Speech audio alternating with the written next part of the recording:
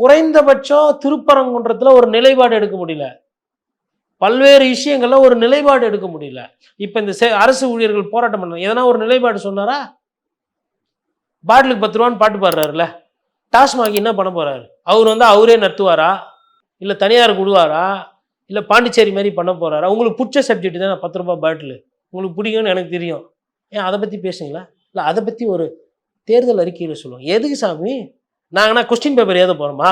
திமுக தேர்தல் அறிக்கையை பார்த்து, அண்ணா திமுக தேர்தல் அறிக்கையை பார்த்து, தாவேகா தேர்தல் அறிக்கை இம்பாக்ட் ஏற்படுத்தாது சார் தேர்தல்ல.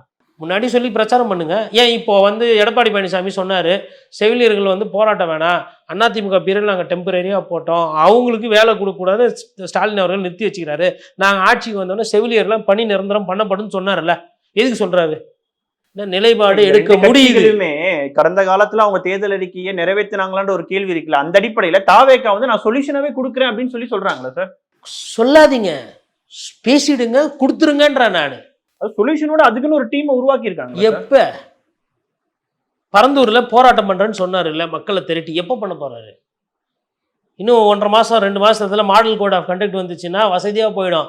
இல்ல இப்போ போராட்டம்லாம் பண்ணக்கூடாதான், தேர்தல் ஆணையம் சொல்லிச்சு.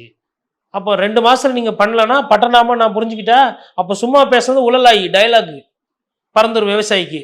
ஆனா அங்க போய் சீமான் போய் படுத்து கிடப்பாரு, அங்க இருக்கிறவங்களை பார்ப்பாரு, நம்ம அவங்களை கன்சிடர் பண்ண மாட்டோம். இதுதான் கிளாமர்ன்றது.